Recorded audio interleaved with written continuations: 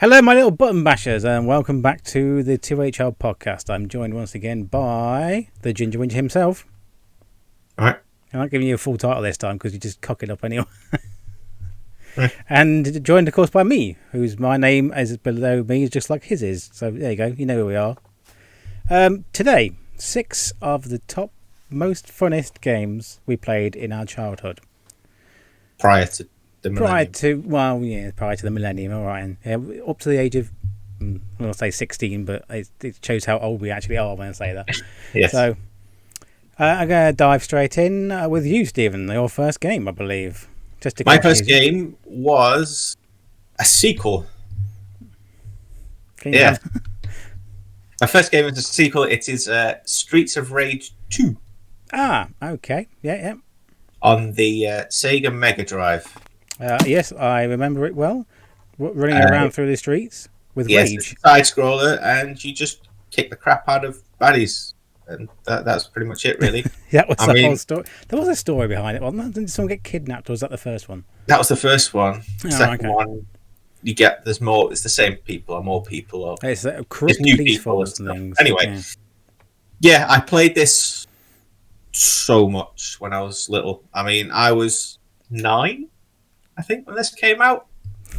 So your age there, Stephen.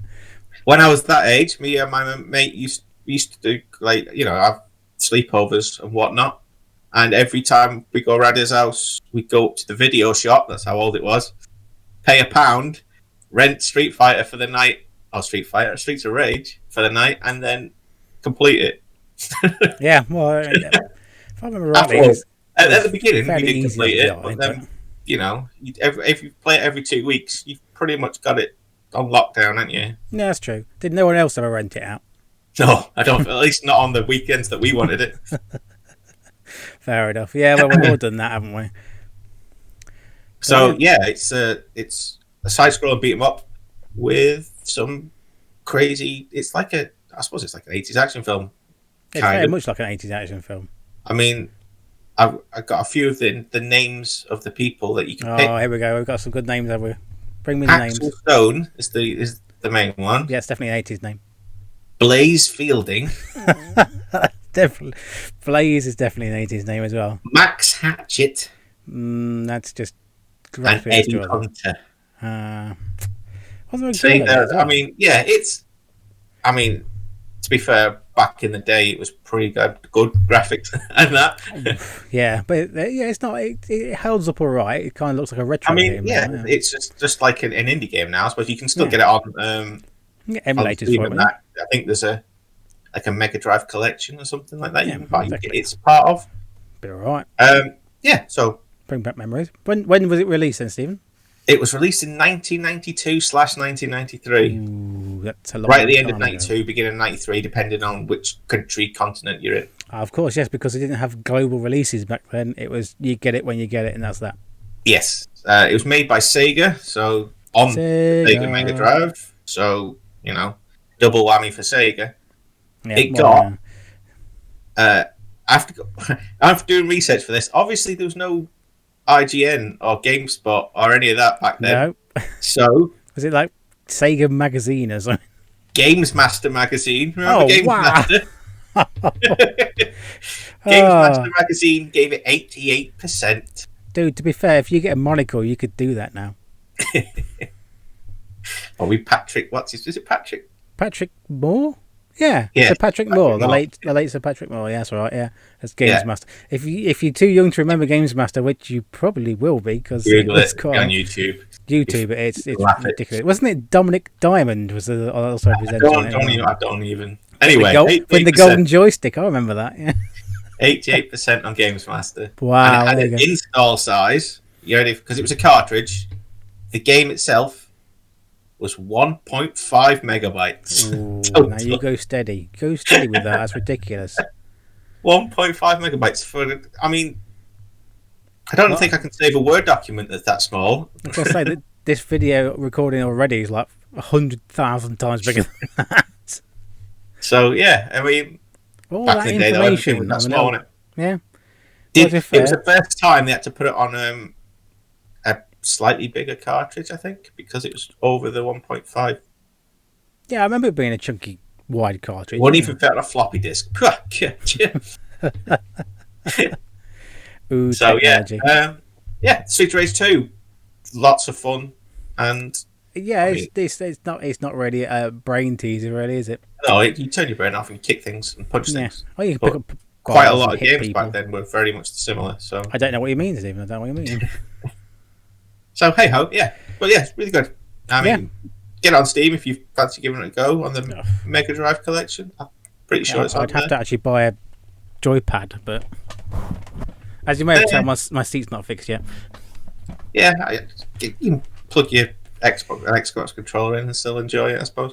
Yeah, that's true. That's true. I mean, it's only like arrow buttons and 2 punch buttons, I think. Yeah, it would be even more retro. It'd be like playing it on an arcade machine, wouldn't it? Yeah.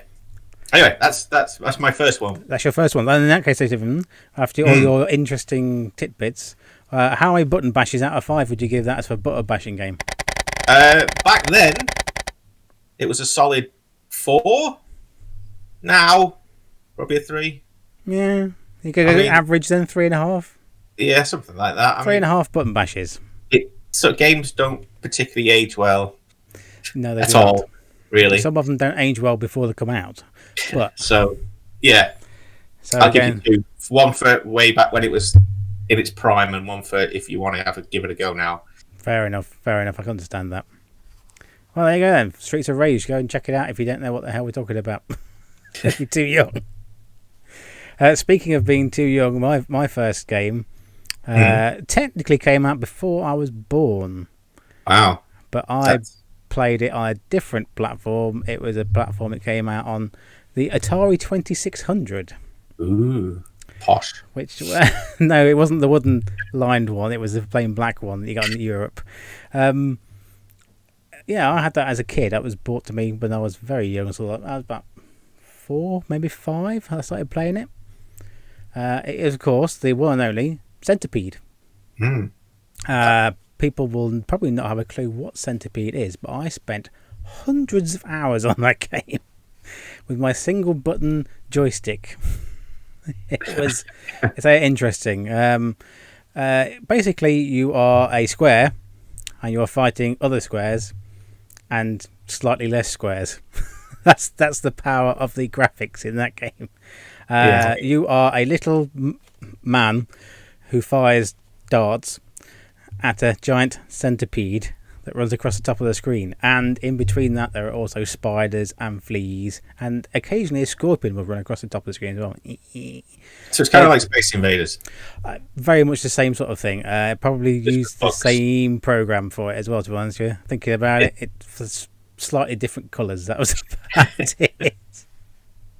It did so many cross platforms. It's unbelievable. It came out in 1981 originally as an arcade game, and then transferred to the home game consoles in '83. But it ran on different games consoles up to 1993. 10-year run it had, just being installed on games. That's pretty big. I mean, especially for such a basic game. Oh yeah, it's ridiculous. I, however, did not research the size of the game, but I'd imagine it was about a kilobyte or something like that. Possibly. When it came out in '81, obviously as an arcade machine, it was so popular it came out with a sequel in '82 called Millipede. Ooh. Which was exactly the same game but with a different colour scheme and different box art. That was about it. I mean, yeah. And by colours, you mean 16? 8? 8. Not 16, 8. None of your fancy 16 colours here, Stephen. Another interesting fact, because it was a massive game when it came out, it was used in the 1981 Atari Championship Finals as the final game. Wow. Ooh. Yeah. Now, there's the thing, people go, oh, esports, it's the future. That's been around since the beginning of the 80s, esports. It's just upgraded graphics. Everyone just sits down now. Asteroids and stuff like that. Oh, my Asteroids was a good game. I used to spend hours on that as well. And it cost about 5p as opposed to these days where it's about £2. But that's just me going angry at the cost of things these days. So yeah, I mean, obviously there's graphics behind us or wherever of actual gameplay. But yes, that's the games we played when we were very young. But I spent so long on it, it's unbelievable. I mean, even my mother used to play Centipede. It was that user friendly, and she got RSI. Yeah, I mean, she had to go to the doctors with my RSI. mum used to play Tetris like crazy. Oh yeah, I mean that's one for honourable mention, Stephen. That was on my list for at the end of the video. Tetris. Well, there you go. That sort of thing. That I mean, mums also used to play that, instead of just playing Wii Sports Bowling. I think that button bashing wise, because of the repetitive strain injury and the hours I spent when I doing Guitar-y thumb, I'm going for 5 out of that. That's definitely, back then, as a massive button bashing game. It's all it is. Button bashing and an occasional wiggle of your joystick. Yeah. Nowadays, though, what would you give it if you had... Nowadays, it's probably 3.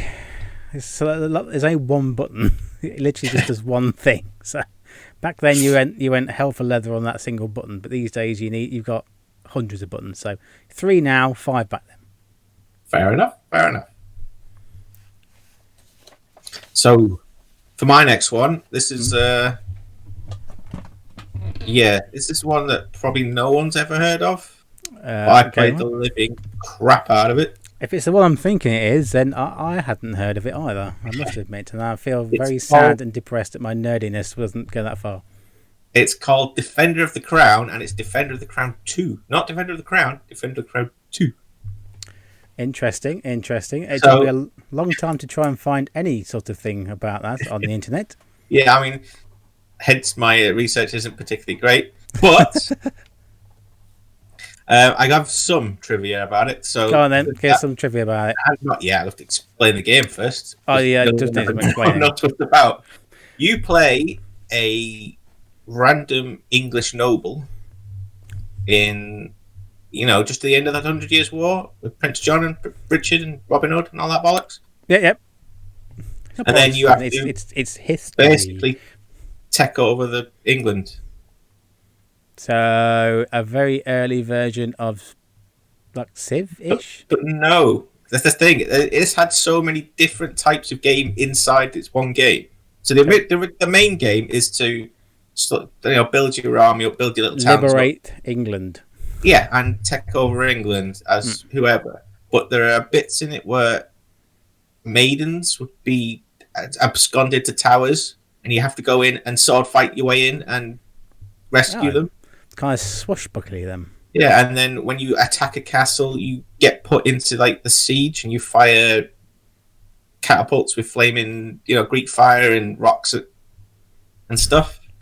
It sounds like quite an intricate game, actually. That's what I mean. Are these like mini games within the game, or just? It's like it just had lots of different types of game inside the game itself. Which... I was just assuming it was like a text-based game. No, it wasn't.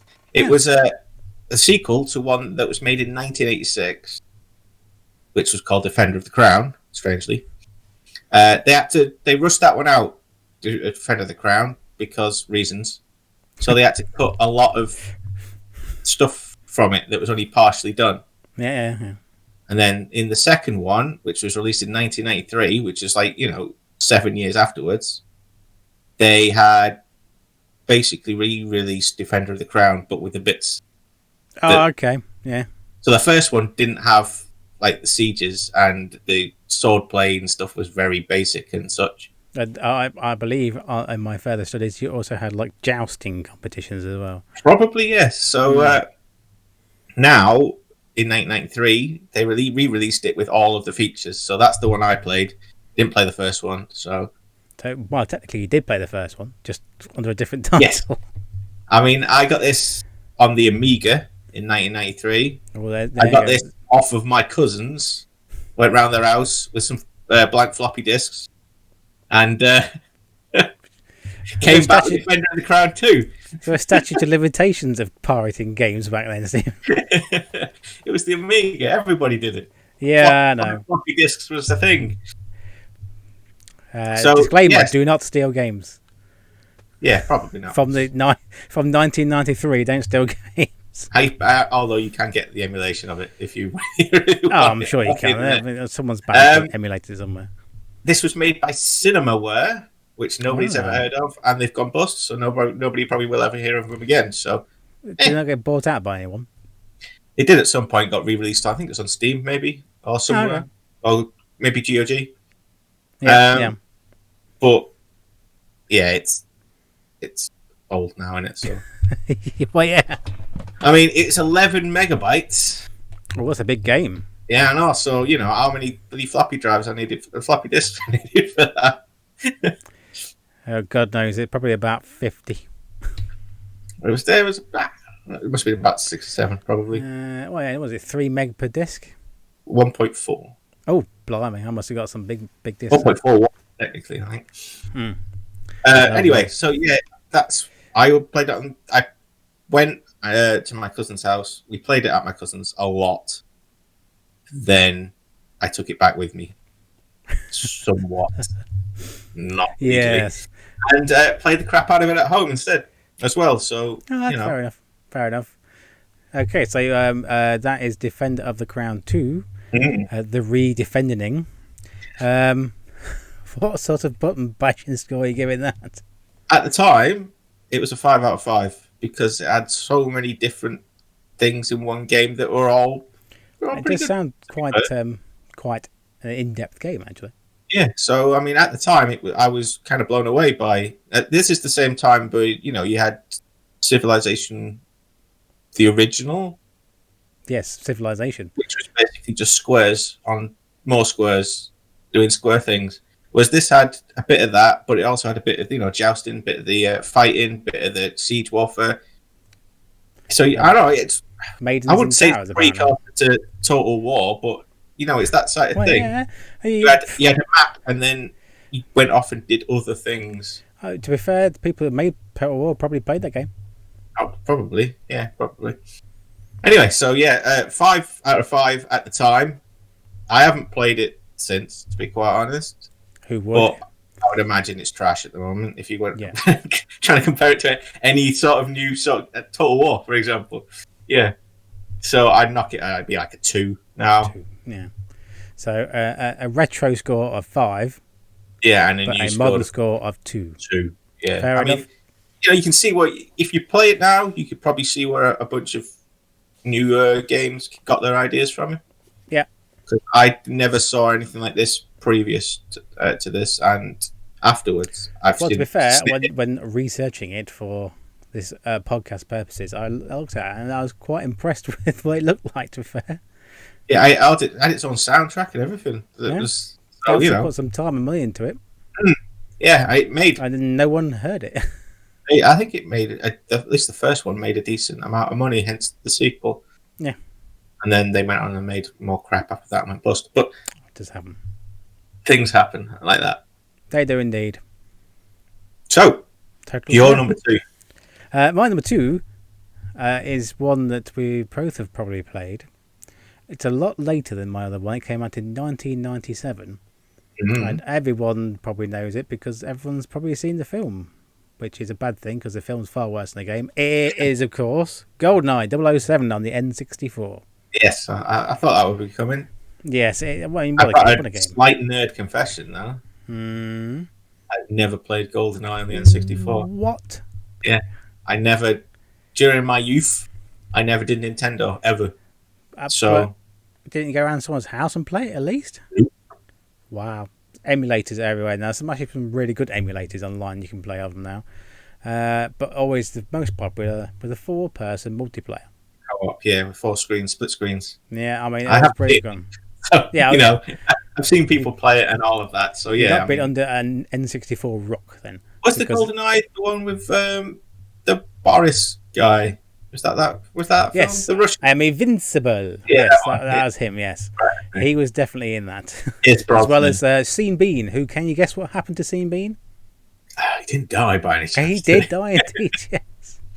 The game basically follows. There's a solo player game. Follows the entire story of GoldenEye, the film, but somehow it's better than the actual film because the film was pretty pants. Oh, pretty trash, yeah. Yeah. Also, one of the first times I remember being able to drive a tank in a computer game and shoot people. It was like a boxy kind of polygony tank, but it's still a tank. Yeah, yeah. Well, it's just. I But mean, I think a bit in the film anyway. You're driving through. Was you driving from Russia? yeah, it was in Russia trying to get out of the archives. I remember that level name now. The archives. That's been bugging me. Um, but yes, so as well as the solo game, obviously the most famous bit is the multiplayer of it. Yes, And I mean that's the only thing that I've ever heard of in relation to this. We used to play that all the time at school and things like that. It was ridiculous. Every night after school, 4-player, ran someone's house, go for it, and also at weekends as well. I think. Who did you play as then? I know there's like a lot of there's James Bond obviously, but there's like a lot of baddies in that one. Yeah, all the baddies, all the characters, pretty much from most of the James Bond. I must admit, I was quite often Oddjob because Oddjob cheap. I've heard rumours that Oddjob was the most broken of the characters. He was a little broken, yes, because if you ran towards your opponent, they couldn't shoot you because it's too short. It's a shot over your head all the time, and you just karate chop them in the knee and run off again. Okay, so which was very infuriating for everyone else, but highly hilarious for myself. Yes, so you were a bit of a glitcher, were you? Yeah, well, it's not cheating; it's playing to the game's disadvantages. Fair enough. But I mean, obviously, a very popular game. 2.1 million copies sold worldwide in the first year. Yes, I mean it was super popular. I mean, yeah.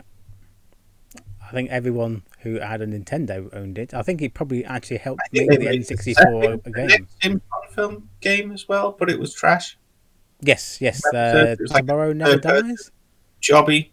Yeah, it was terrible. It didn't do very well at all.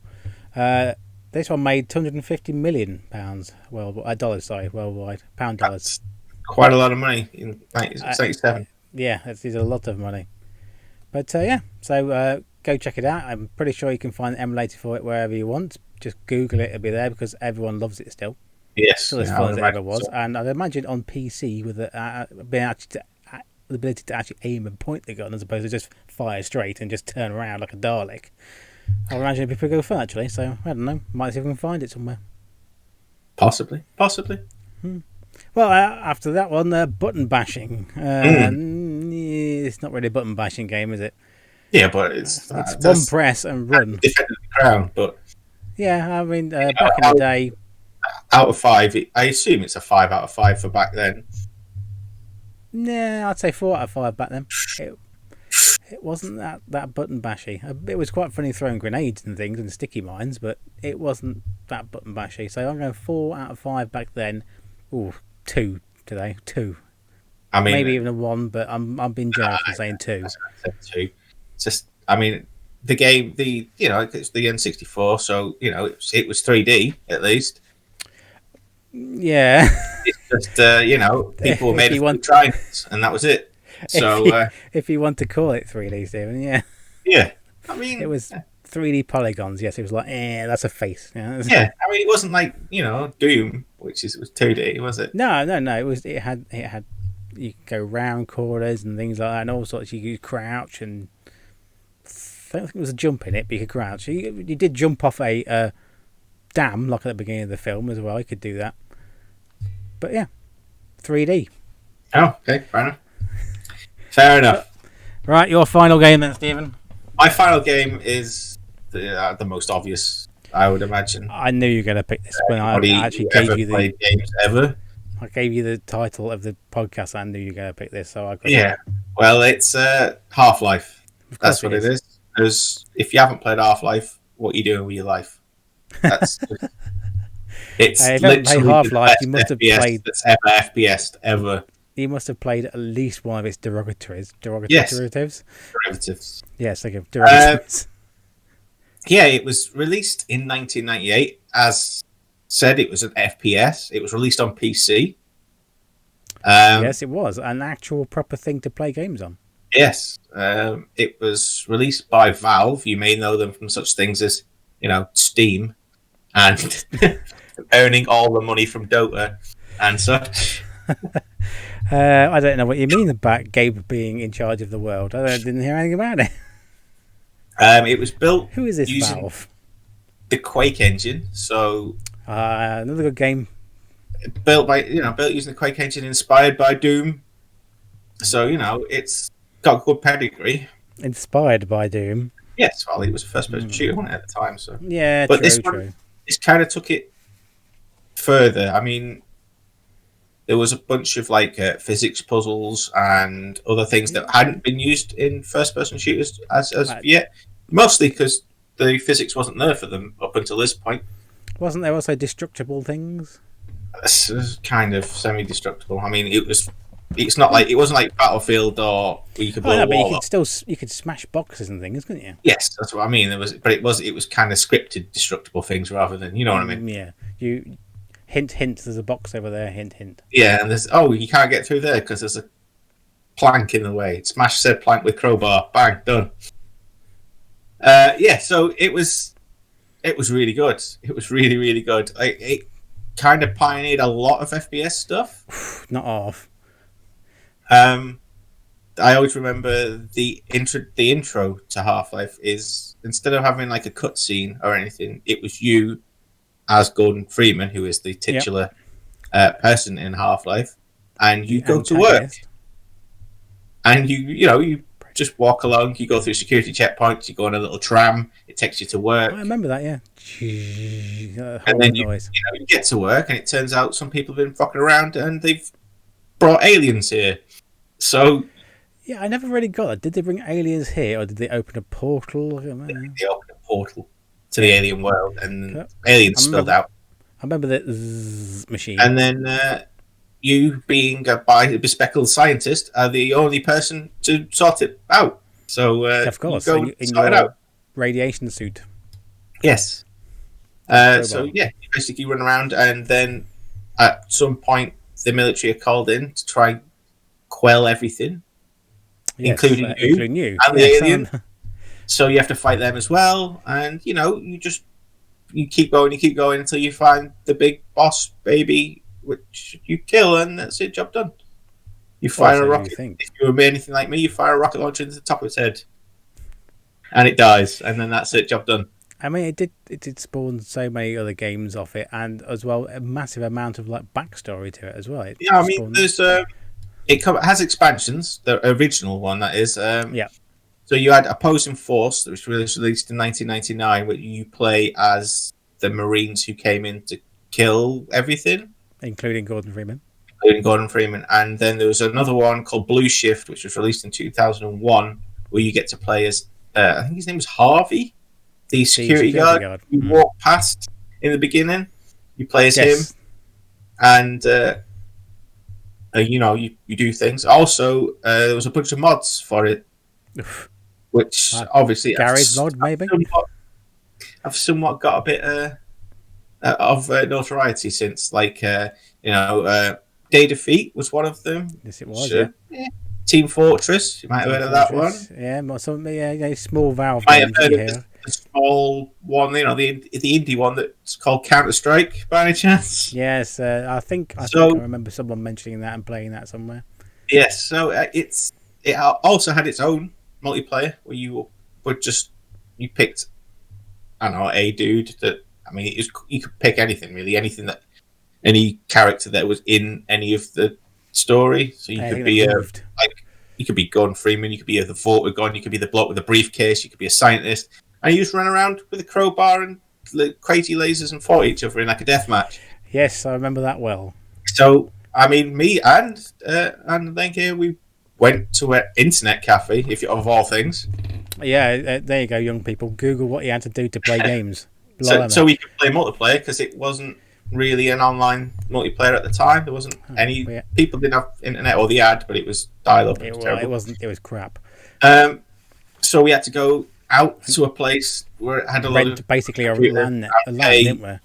£1 an hour or something to play it. Yeah, the coffee was £2, but and then it was £1 because we were too noisy and swearing at each other because we kept killing each other. Don't know what you mean. I don't remember doing that. And then rinse and repeat every week for a while. Yeah. But yes, it's I'd say it's the granddaddy of all FPSs. I mean, obviously Doom and Quake and probably Duke Nukem all came out before this, but this took FPSs a notch above everything else. It gave more of a storyline and definitely set the standard. You know, that's where you can see in all the sequels to those games that came out after Half-Life. They're all reaching to be Half-Life. Well, of course, then you came up with Half-Life 2. Yeah, and then Valve came and knocked it out the park again with Half-Life 2, which was even better. And then with a new Source engine, then just went through all the mods and added the Source engine to them all. Yeah, and they all became super popular again. Strange. So. Well, just fingers crossed for Half-Life 3, 2097. Half-Life 3. Oh, it's never going to happen. Yeah, Gabe's got way too much money. He doesn't care anymore. No. But, I mean, if you think of the games it spawned, it spawned Counter-Strike, which is arguably more popular than the game itself now. It's definitely big in the world of first-person shooters still. Yeah, and multiplayers, you got your Team Fortress, you did Defeat, you got Portal, which is on the Half-Life Source mods, isn't it?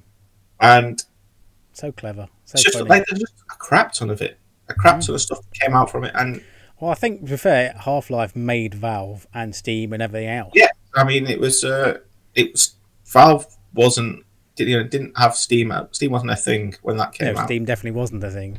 Anyway, trivias. I've got 3 bits of trivias. Where were your trivia? Originally, Half-Life, they budgeted the making of it on selling 180,000 copies total. Big good sales. It ended up selling 9.3 million. Slightly better sales. That was by, I think, 2005, 2007. So it's probably sold a lot more since then. It's probably still selling now. Because you can buy the whatever it is pack, can't you? Yeah, the Valve pack or whatever it is, and you get all of them for like a tenner or something. So, I mean, obviously they stopped counting at 9.3 million, so they're not that bothered about it anymore. Yeah, that's an hour's money for probably making so much more money than that just selling knife skins on Counter-Strike. So I mean, I bet you £1 a pinch of monkey nuts. They're making that a minute at the moment on Steam. Yeah. Anyway, it got a 96 out of 100 on Metacritic, and a 9.5 out of 10 on IGN. 5 out of 10. 9.5 out of 10. Say. That's because I was going to give. So I mean, it's pretty much similar. Installation size, just off the top of my head, 143 megabytes. Oh, big game. Well, kind of. I do remember that I first noticed about this because I got a PC Gamer magazine, because that was still a thing back then, and it had a demo on the front which had Half-Life on it. I remember it. It was an orange and silver disc. I played the first one level on it. I think you had to play from the demo, and then I was like, get that. That's amazing. I think the demo was the riding to work, and then the starting of the sparkler machine, and that was it. I think. I'm not sure to be honest, but yeah, it was Half-Life, entirely orange, lander, all of the things. Yeah. And Gordon Freeman, who basically looks like Hugh Laurie out of House. It does look like Hugh Laurie. It's kind of weird. I mean, yeah, if there's ever a Half-Life film, then Hugh Laurie would be my go-to guy for Gordon Freeman. There you go. Hey, listen, Hollywood. Go to Hugh Laurie. He does a very good American accent as well. If you made a Half-Life film, I'd probably have to lynch you also at the same time. So, it swings and roundabouts. I don't know. They're running out of ideas in Hollywood. It might make a half-decent film. It would pass an hour and a half. Yeah, but I mean, you couldn't play it. It couldn't be like the game, could it? So no, you'd have to. I don't know, make it funnier. I don't know. I assume it'd have to be Half-Life 2. Yeah, probably so. That would be easier. With the Combine and being a rebel and all that, rather than just mutely walking around a science facility, hitting the odd alien in the face with a crowbar. But yes, Half-Life. Probably the best game I've ever played to this date, and still is probably the best game I've ever played to this date. That's fair enough. So that's a big claim, I played it. Stephen. That's a big claim. Completed it. Played it. Completed it. Played it. Completed it. What about Half-Life Alyx? I ain't played that. I ain't got a VR set. No, that's fair enough. Well, I think your room, like mine's, a bit too small to have a VR setup. Right? Yeah, I didn't brain myself on something. Yeah, exactly. So that radiator looks very dangerous down there. Though. After I've played and completed Half-Life too much, then I went on and played Counter-Strike, Day Defeat, Team Fortress. Yeah. I was actually in a clan for all three of those games way back when. Wow. I know I was actually semi-decent at computer games so when I had reactions and that. When I was like, when your reaction speeds was actually there. I would remember that I used to get shouted at by my mum because I was just shouting grenade really loud because I had my headphones on and that. There's nothing like shouting the grenade at the top of your voice to see people diving out of windows. Trying to go to sleep. I'm going, grenades! Shut up! These are the memories of nerds. Yes, it makes us laugh. Yeah, that was when I was playing Counter-Strike over a dial-up and stuff, I think. So it'd be 56k back then, right? Maybe 128. I'm not sure.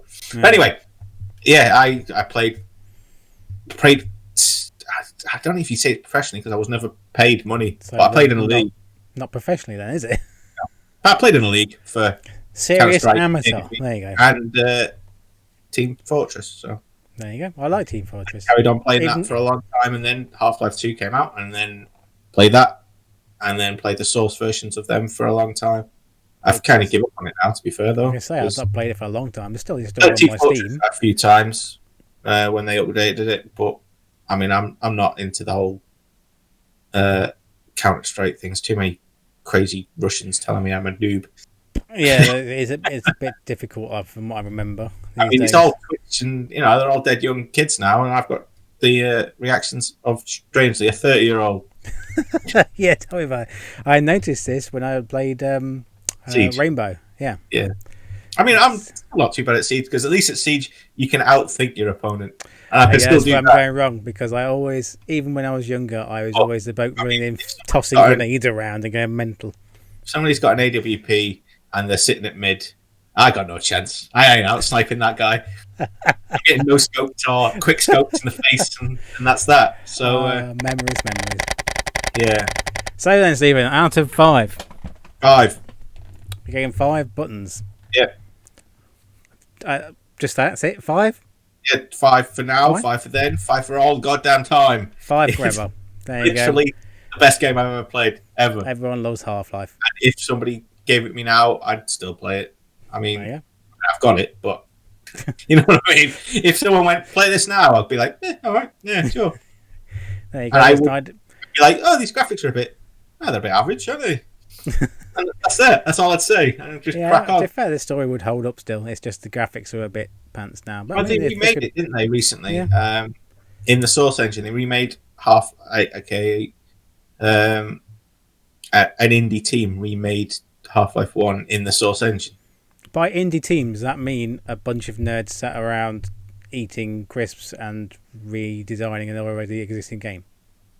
Pretty much. I mean, they just converted it to the Source. I think it's called Black Mesa, and I think you can get it on Steam at the moment. Maybe if you can't get it on Steam, you can definitely Google it and get all of it. I mean, if you want to have a go at playing Half-Life, but you don't fancy 1998 graphics, then Black Mesa out. You mean you'll get good graphics and you'll still get the storyline and everything from Half-Life. Yeah, but you got to play original graphics. You got to have squareness.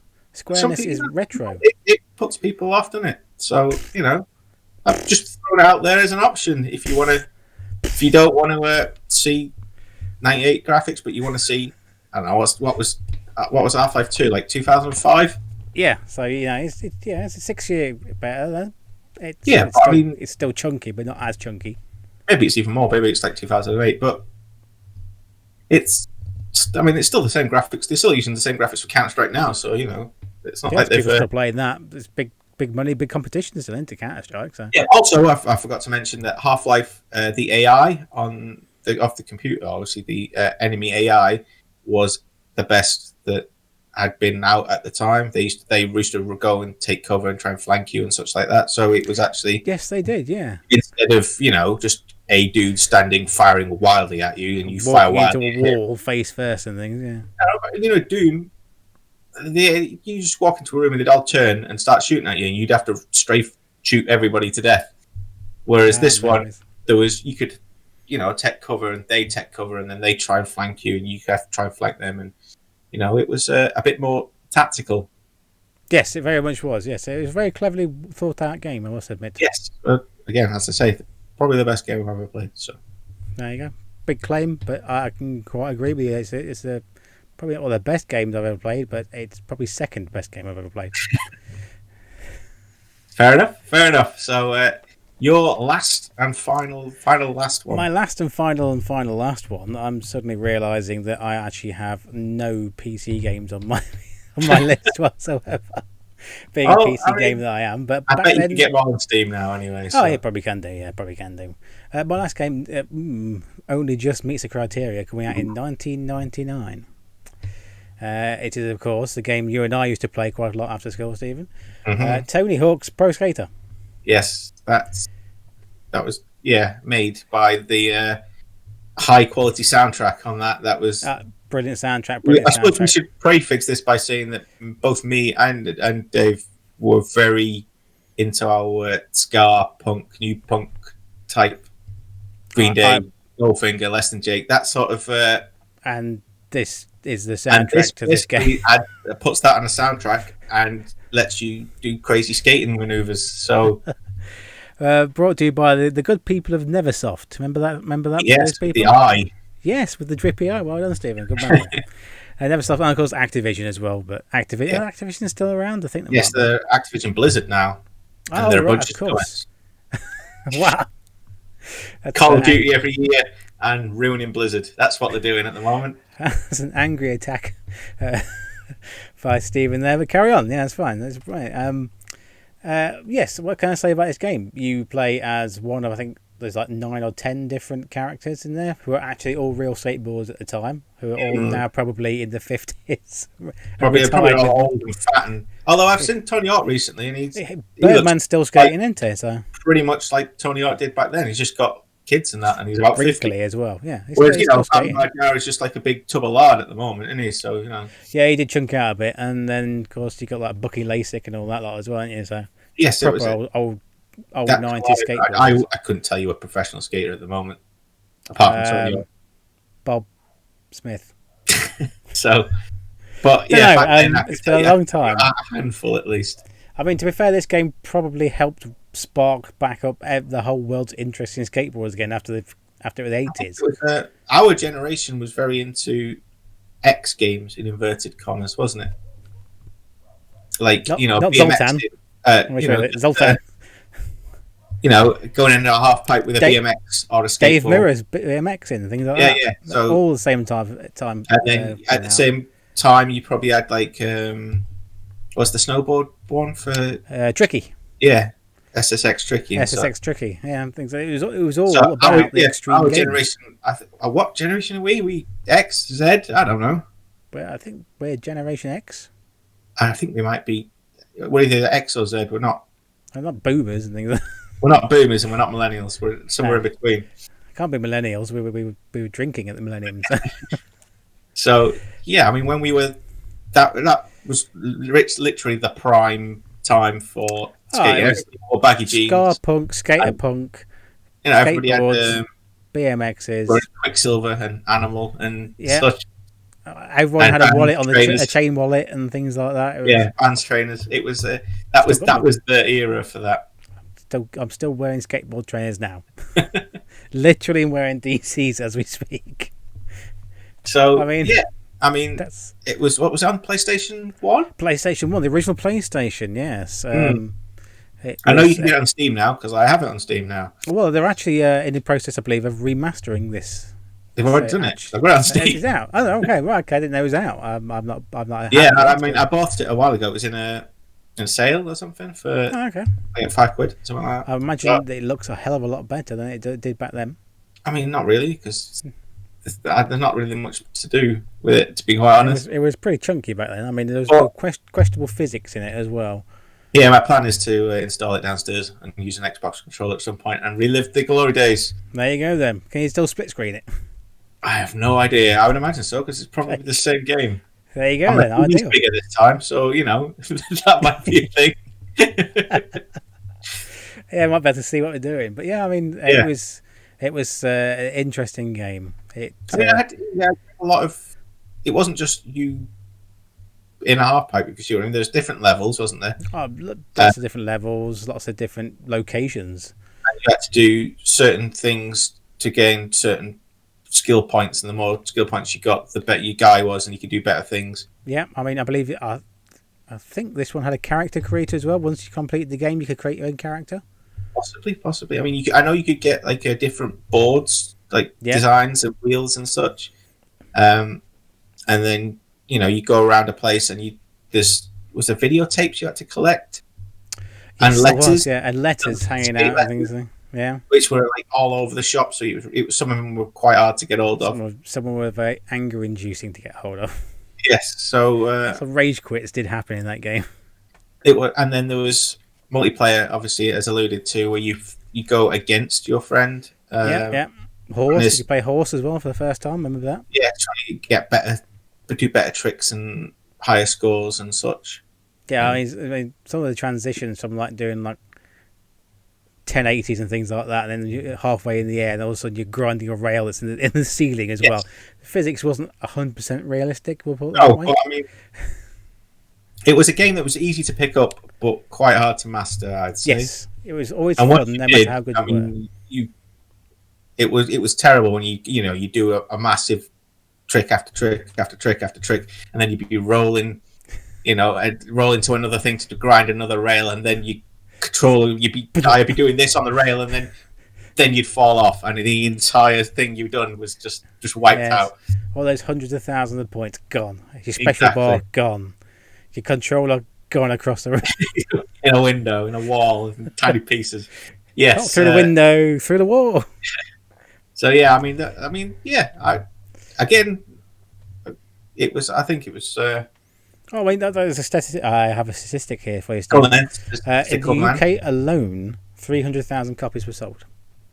Yeah, I mean that's pretty good for a PlayStation 1 game as well, isn't it? Exactly. If you think this is probably just as the internet was being born, reinvented. The internet's been around since the 70s, but yeah, but I mean, it's used by the populace. Used by humans. Was the 90s where the internet nearly died on its arse? Yeah, it was the internet boom, and then the internet popped, the bubble burst, didn't it? And everyone who bought like a website for £1 were millionaires overnight, and then were skint again the next day.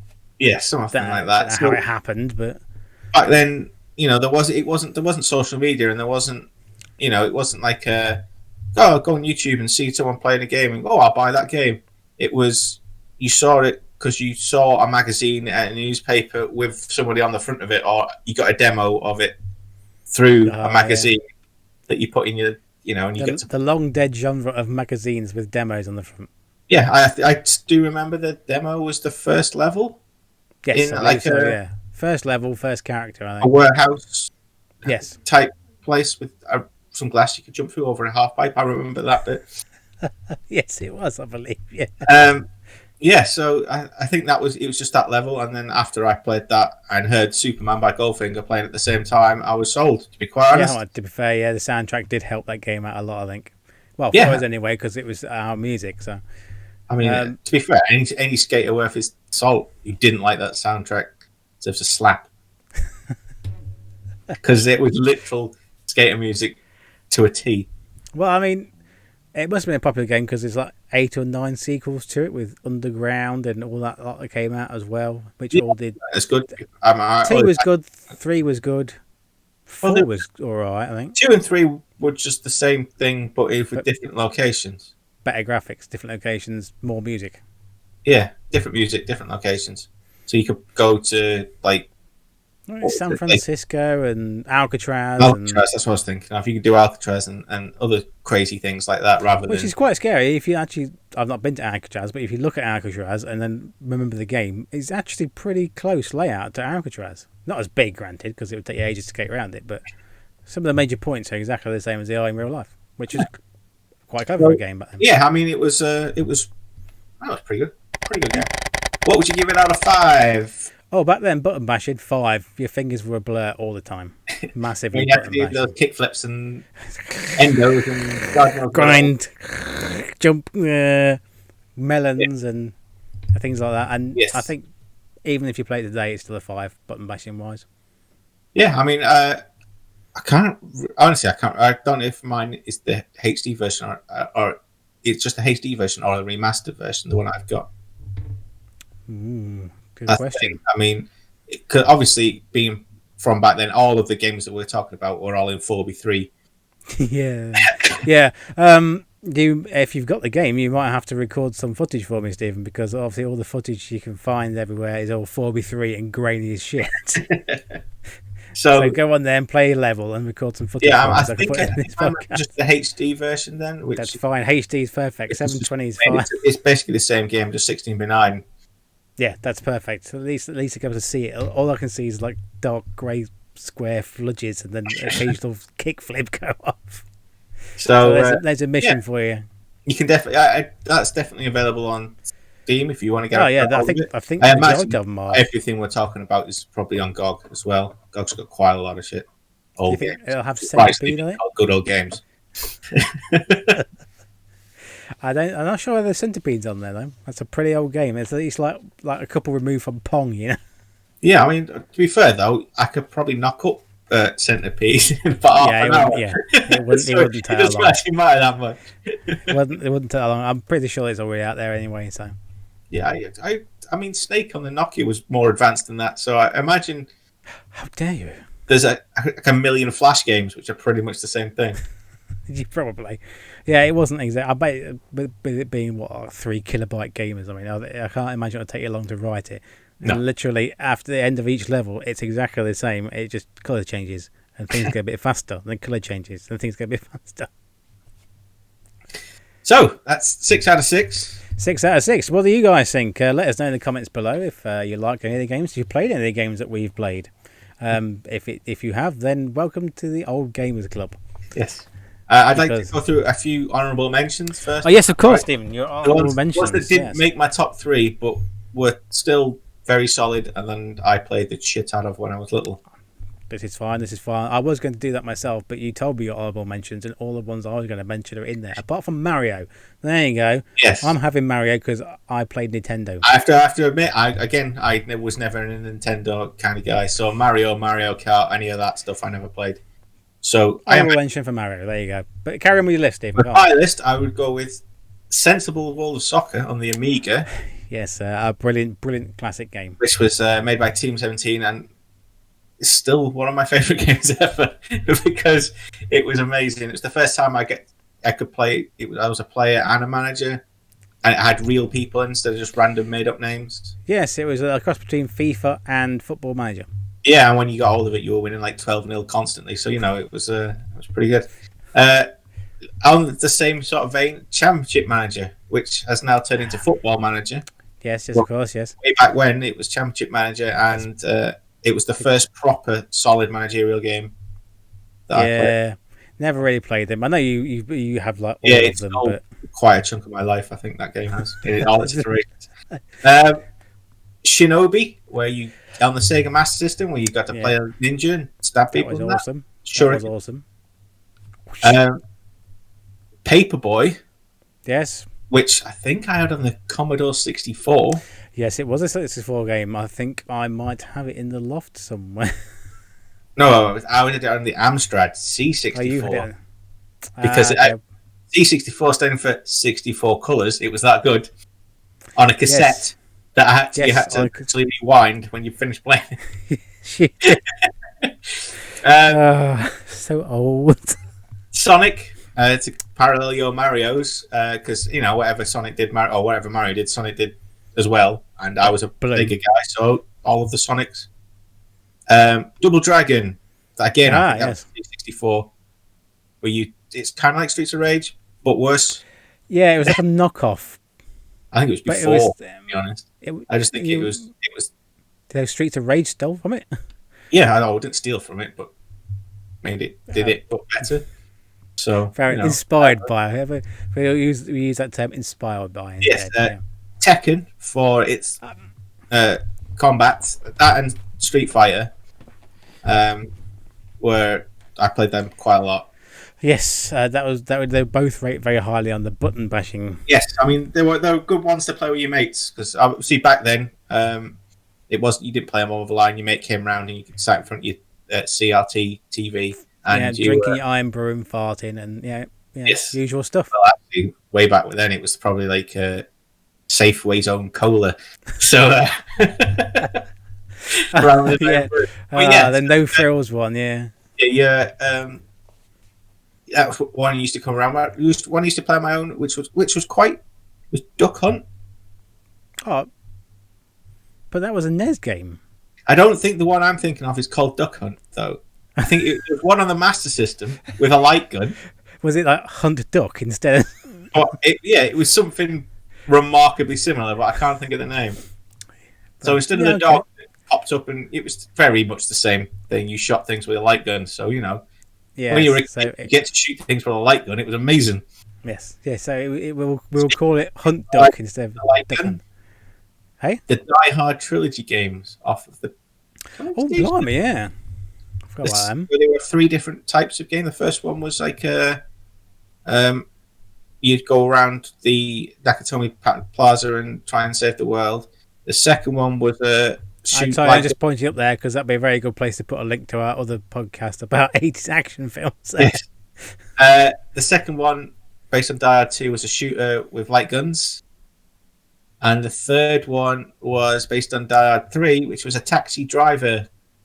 Yes, I remember that game. That was quite entertaining. So yeah, it came out as a trilogy. Instead of 3 games, which I imagine now it would be half a game, then some DLC, and then half a game, and then some DLC, and then all 3 came out at the same time. Same thing. It's just like, bam, there you go. Have your games. They're awesome. Boof. Can't be asked to do it anymore. It's finished. Get on with it. Also, Gran Turismo, which was probably and still is probably my favorite driving game. I don't know which iteration is the best one. And I'll leave. Was it discuss that. 3 A spec? I think. But on game 4. I just like the fact that you get to race cars, but you also get to modify your own cars to make them. Yes, it was a very in-depth game. It still is a very in-depth game. I mean, the last one was dick. Ones where you just get a car and it's the best it can be, and you just drive it around or whatever. I like fiddling around and making like terrible cars really fast for no apparent reason. Yes, and also you could do the opposite as well. You could make really fast cars very terrible quite easily. Yes, well, I mean, it depends how well you know cars, I suppose. Well, yes, it amazes me. Going back to the Amiga, I think, which was Cannon Fodder. I've still got that song on my phone somewhere. The best soundtrack song I've ever had in a game ever. Yes, I think I used to have it as a ringtone. Yes, because war has never been so much fun. You have it as a ringtone now, don't you? No, I'm not anymore. I think it used to be. But war, it never been so much fun, and literally, yes, it probably hasn't. Cannon Fodder was amazing at the time. You just were a dude who was followed by 4 other dudes, and you went around shooting people in Vietnam. Yep. Simple premise. Golden Axe, which was another side scroller beat 'em up, but with axes and imps and other things. Yes, I remember playing that. That imp you had to chop and get his back. Ocean. Yeah, that's it. Yeah. I remember that. I used to play that a lot on the arcades. I basically, first time I ever went to America, I spent about a day playing Cannon Fodder because we were in Florida and it was persistent it down constantly. So all I did was play Golden Axe, all day. Yes, I remember playing on the arcade. Quarters in the machine, like it was, like I was. You sounding all American, yeah. Instead of putting 50p. Tetris, as I mentioned to you before, I mean, and all of the knockoffs of Tetris, which I'm not going to get or something like that, something equally as rubbish.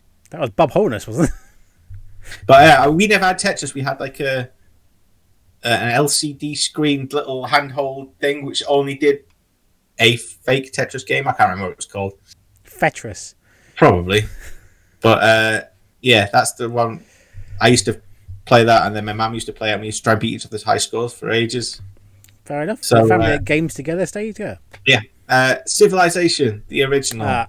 Of course, the classic. The totally not broken and totally well balanced Civilization 1, where on one game I had electricity before Jesus was born. So, at least Jesus was born with nice central heating. Yeah. So, then done some PlayStation games like Tomb Raider, the original where Lara Croft had triangle boobs. Yes, that seems like a long time ago. Polygons. She was literally just 2 polygons for her boobs. Yes. And everybody still thought she was hot. because games were games then. Nerds were still nerds back then. Yes, anything at that time. And then my final one, well, for now is Settlers. Ooh.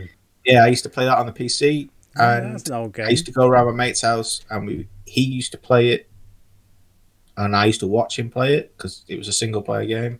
Yes, it was indeed. And then I'd have to really annoy him so much so I could get a go. So that's where my winning personality came from. Is What do you mean? Your subtle personality that you have there, Steve? yes, I mean, yeah, I'd sit there and wait for hours, and then just start getting annoyed that he wouldn't give me the goddamn mouse, and I'd just annoy him until he did. So, yeah, the joys of being young and nerdy. my friend. Yeah. So yeah, that's all I've got in my list. I assume I've missed a crap ton, like Doom and Quake and all that. But to be quite honest, I never really played. I played them a bit, but not as much as I played those games. I played Doom a lot. I must admit, I did play Doom a lot. Yeah, I mean, I played the shit out of the 3D new ones, as well. to be quite honest, the Doom, the last two Dooms were amazing with the heavy metal music and that. It was. No. But the original one was quite good. I mean, there's also stuff like was it Dizzy the Egg and Echo the Dolphin and Abe's Odyssey and stuff like that, which were on the Master System, which I played a bunch of. Yeah, Alex Kidd in Miracle World, things like that as well. Yes, there's a lot of other games that I played, but none that I played so much that I thought I'd put them on this list. I mean, I put some lists on this list which were way after 2000, so I've deleted those. Yes, but they were no-nos. Yes, that's where I'm gonna leave it there. I think for my honourable mentions. Charlie, otherwise, forever because I'm a bit of a nerd. Well, we can do because we've been around forever playing games forever. Exactly. So yeah. So yeah, I mean, if anyone out there has a game that you think should have been on our list, please let us know in the comments below. You could always contact us through social media, which is somewhere. I'll have to do the fingers again so that it appears somewhere. And, screen. Yeah, somewhere on the screen there will be social media. You can go across them to look at our general merriment and behind the scenes and things like that and stuff that comes to mind, which is always entertaining, especially at 3 a.m. when I'm tweeting. Yeah. Don't also forget to show us some love and smash that like button for us. And also, if you want to love us a little bit more, I mean, how could you not? Look at that. Don't forget to subscribe and ring the notification bell as well. Is there anything you'd like to add there, Stephen? No, not really. I mean, other than I'd say that the Atari Lynx was a thing that I've totally just remembered. And I played 1989 Batman on that, a crap ton. Oh, Batman Forever. But yeah. Thanks for that. Right in the middle of the end, you come up with another one. It just popped into my head. Atari Lynx. There you go, Atari Lynx. Console, question mark? No, it wasn't. No, it was terrible. So if there's anything you'd want to add to this list, just get in contact with us in the comments section. And thanks for joining us. Until next time, it's goodbye from me and bye from me, I suppose. We need to work on the ending. It's terrible.